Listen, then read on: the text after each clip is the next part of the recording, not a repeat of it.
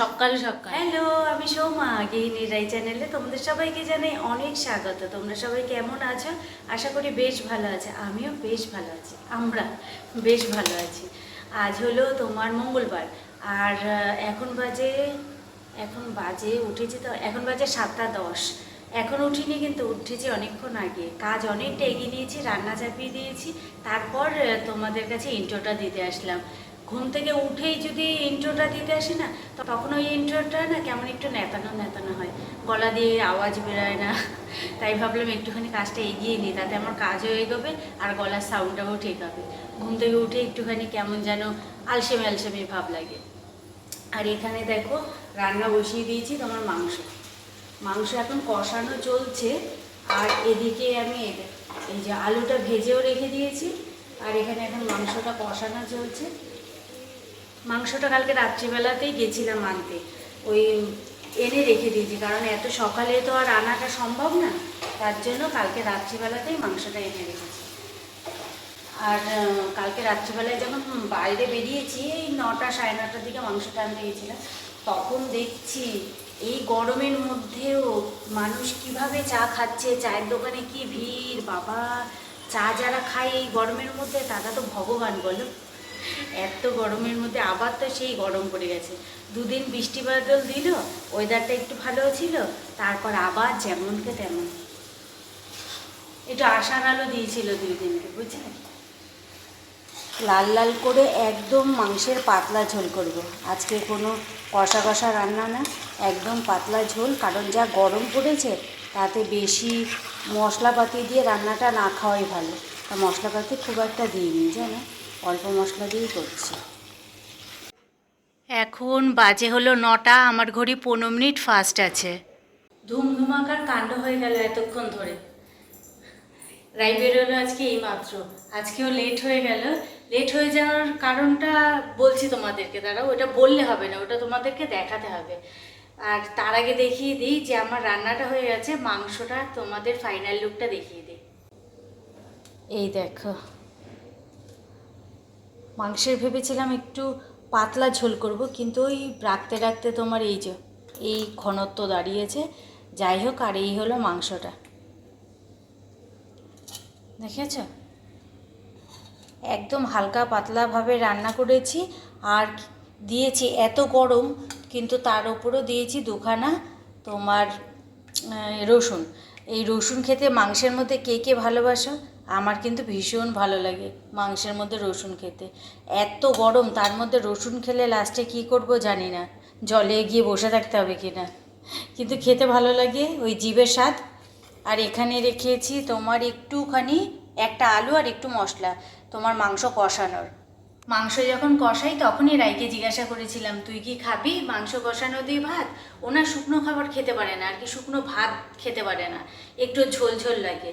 তা তখন বললো কি ঠিক আছে খাবো। এবার সেটাই রেখেছিলাম। এবার ওকে যখন বলেছি, তার আগেই আমার মাংস তুলে রাখা হয়ে গেছিল, 2 পিস আলু আর 1 পিস মাংস। তো ও খাবে বললো যখন, তারপর আমি এখান থেকে দিলাম। এর জন্য আমার জন্য 1 পিস আলু আর মশলাটা রয়েছে। বিয়ের আগে জানো তো, ছোটোবেলাতে আর কি, আমরা এরকম মাংস যেদিনই হতো, এখন যেমন মাংস খাওয়াটা ঘন ঘন হয়, আগে জানো তো মাংস খাওয়াটা এত ঘন ঘন হতো না। বিয়ের আগের কথা বলছি, তখন মাংস হতো অনেক দিন পর পর, আর সেই মাংস খাওয়ার একটা আলাদাই আনন্দ ছিল। আর তখন মাংস কষানো আর কি, সকালের ভাত খাওয়াটা আমাদের মাংস কষানো দিয়েই হতো। তারপর দুপুরবেলা মাংসের ঝোল দিয়ে ভাত, এইগুলো খাওয়া হতো। আর অনেক দিন পর কষানোটা রেখেছি খাবো বলে। যাই হোক, রাই কিছুটা খেয়ে গেছে, আর কি একটু রয়েছে, ওটা দিয়ে আমি সকালের খাবার খেয়ে নেব। আর যেটা বলছিলাম, ধুমধুমার কাণ্ড কেন হলো, চলো তোমাদেরকে দেখাই। কতক্ষণ মা মেয়েতে হয়ে গেল ঝামেলা, ঝামেলা হয়ে গেল, ঝামেলা। সকাল সকাল ভাবলাম কি আজকে এক তরকারি ভাত, একটু তাড়াতাড়ি রান্নাও হয়ে গেল। রান্না করতে করতে আমি এদিকে বিছানাও আজকে গুছিয়ে নিয়েছিলাম। রান্নাঘর পুরো পরিষ্কার হয়ে গেছে, তোমাদের তো দেখালামই না, ভুলেই গেছি। রান্নাঘর পুরো পরিষ্কার, গ্যাস পরিষ্কার, সমস্ত কিছু হয়ে গেছে। এক তরকারি ভাত তো তাড়াতাড়ি হয়ে গেছে। তাই ভাবলাম কি আজকে একটু এক্সট্রা কাজ করব। ও বাবা, এক্সট্রা কাজ করব বলে আমি ঠিক করলে হবে কী করে? ওই যে ভগবান চাইনি, তার জন্য আর এক্সট্রা কাজ আমি করতে পারবো না। রাই কি করেছে তোমাদের একবার দেখাই। এই দেখো অবস্থাটা, দেখেছো, দুটো ব্যাগ নামিয়েছে এখানে। জামা প্রথমে না এই জামাটা পরেছিল, এই জামাটার সাথে নিচে একটা স্ল্যাক্স দরকার, ফুল ফুল স্ল্যাক্স না আর কি, হাঁটু পর্যন্ত যেই স্ল্যাক্সগুলো হয়। দাঁড়াও, প্লেন যাচ্ছে। কথা বলতে গেলেই তখন এত প্লেন যায় যে বন্ধই করে দিতে হয় কথা। তাই এটার সাথে একটা স্ল্যাক্স দো তোমার হাঁটু সমান। সেই হাঁটু সমান স্ল্যাক্সটা আমি কোথায় রেখেছি আমি নিজেই ভুলে গেছি।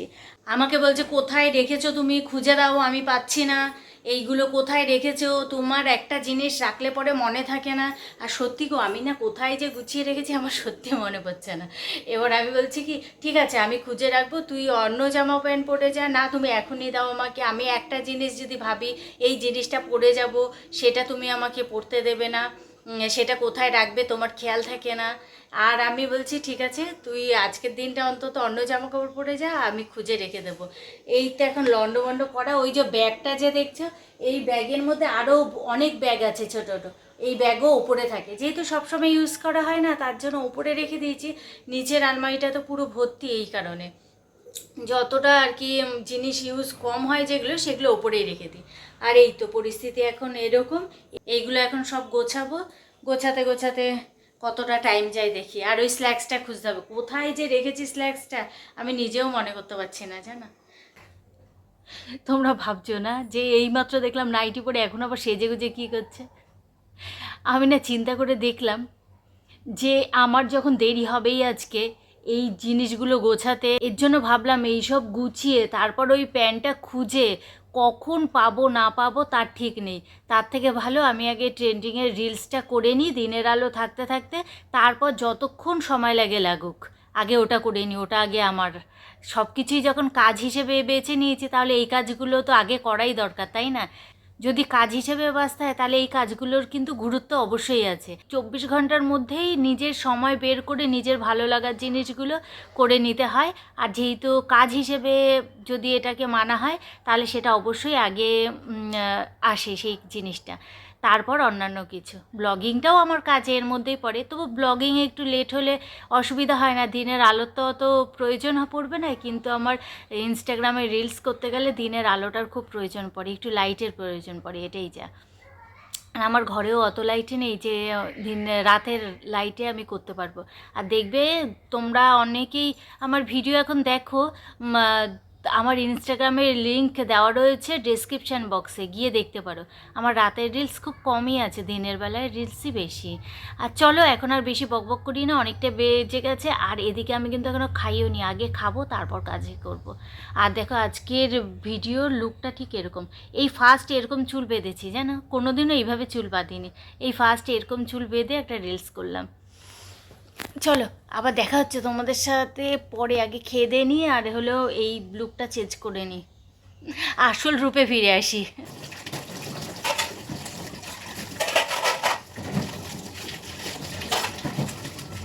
চলো এবার ওটা খুঁজি কোথায় আছে।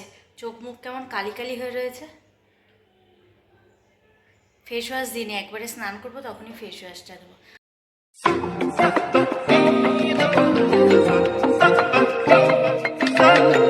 তোমার কাছে ঘর বেঁধেছি সুখ পরিদের কোল, চোখ তাকালো মেঘ সরালো ইচ্ছে দিল দোল। তুমি আমার স্বপ্নতে সাজাও বড় যত্নতে, আদর ঢেলে আলো আধারের সংসারে। তুমি আছো তাই মন সারে ব্যথা পেলে, তোমার কাঁধে মাথা রাখে দুই পালকে গাওরা।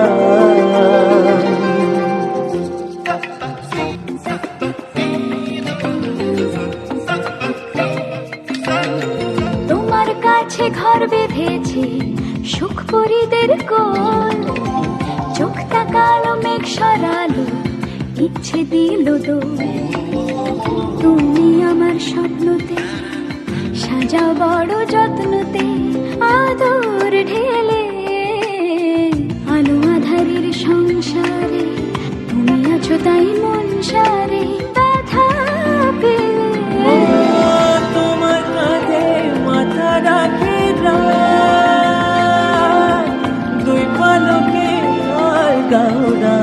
কিরকম রোদ দেখো বাইরেটা, পুরো ব্যালকনিটাতে এসে পড়েছে।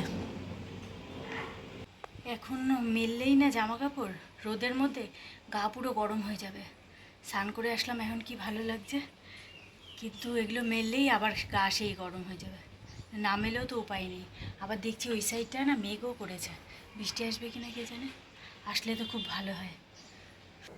জামা কাপড়ের ক্লিপগুলো কিভাবে হারাই কে জানে, ক্লিপ দেখছি কতগুলো কম, আর কি মনে হয় এখান থেকে পড়ে টড়ে যায় না কি কে জানে, কি করে হারিয়ে যায় ছোট ছোট জিনিস কে জানে। আবার দেখবে চামচ, রান্নাঘরের চামচও প্রচণ্ড হারায়, ছোট চামচগুলো প্রচণ্ড হারায়। কোথায় যে পড়ে যায় কোথায় যে থাকে ভগবান জানে। মেঘলা মেঘলা করেছে, বৃষ্টি হবে কি না কে জানে। ভালো মেঘলা করেছে, এখন আর রোদটা নেই, জামা কাপড় মেলতে মেলতেই রোদ চলে গেছে। আর চলো এবার পুজোটা দিয়ে নি। গুড ইভিনিং, এখন বাজে 7:30। সন্ধে পুজো দিলাম, ঘুমিয়েছিলাম একটু, তারপর সন্ধে পুজো দিলাম উঠে। আর সকালে যে জামা কাপড়গুলো ধুয়েছিলাম সেগুলো সব শুকিয়ে গেছে, ওগুলো সব ভাঁজ করলাম। এখন তরকারি কাটবো, কালকে যেই রান্না বান্না হবে সেগুলো সবজিপাতি কাটবো। আর তোমাদেরকে বললাম না মেঘ পড়েছে প্রচণ্ড পরিমাণে, বৃষ্টি হলেও হতে পারে জানো তো। তোমার মেঘ ডেকেছে, প্রচণ্ড পরিমাণে মেঘ ডাকাডাকি করছিল, ভাবলাম হয়তো বৃষ্টিও হবে, কিন্তু হলো না। আশা দেখিয়ে আশা ভেঙে দিল, হলো না, এক ফোঁটা হলো না। কালো করে এসেছিল, আবার এদিকে মেঘও ডাকলো, কিন্তু হলো না। এই যে কালকে নিয়ে এসেছিলাম শাক পাতা, এই শাক পাতা এখন সব বাছবো। এর মধ্যে আছে পাট শাক আর হলো নোটে শাক, এগুলো এখন বেছে রাখবো। আর তরকারি পাতি যা আনাজ রান্না করব কালকে তা সব আজকে কুটে রাখবো। এই তো একটার পর একটা কাজ। সন্ধ্যাবেলাতেও যে বসে একটু নিজের মতো কাটাবো তা কিন্তু আমার হয় না। আমার কেন কারোই হয়তো হয় না এরকম, একটার পর একটা কাজ লেগেই থাকে। বাসনপাতি সব নিয়ে আসলাম, এই দেখো সবজিপাতি যে কাটবো সব নিয়ে এসে এখানে বসলাম। এখানে বসে বসে ফ্যানের নিচে বসে বসে কাটবো আস্তে ধীরে, বুঝলে। কাজের আর শেষ নেই, কাজ করলেই কাজ, কাজ না করলেই কাজ নেই, তাই না বলো, সংসার ধর্ম এরকমই। চলো আজকের ভিডিওটা তাহলে এখানেই শেষ করছি, এত গরম পেরে উঠছি না। আর ফ্যান বন্ধ করে তো মোটে কথা বলা যাচ্ছে না। ছাদে আজকে গেলে ভালো হতো, বেশ সুন্দর হাওয়া দিচ্ছে, কিন্তু এই কাজগুলোও তো করতে হবে, নাহলে সকালবেলায় না নাকে মুখে আমি চুবানি খাই যদি এইসব গুছিয়ে না রাখি। চলো তাহলে আজকের ভিডিওটা এখানেই শেষ করছি। তোমাদের যদি ভালো লেগে থাকে তাহলে প্লিজ একটা লাইক একটা কমেন্ট করে দিও, আর সাবস্ক্রাইব করে আমার পাশে থেকো। আর পাশে থাকা বেল আইকনটি প্রেস করে দিও, আমি যখনই ভিডিও ছাড়বো তা তোমার কাছে নোটিফিকেশান চলে যাবে। তাহলে চলো তোমরা সবাই ভালো থেকো, সুস্থ থেকো, সাবধানে থেকো। আজকের মতো টাটা।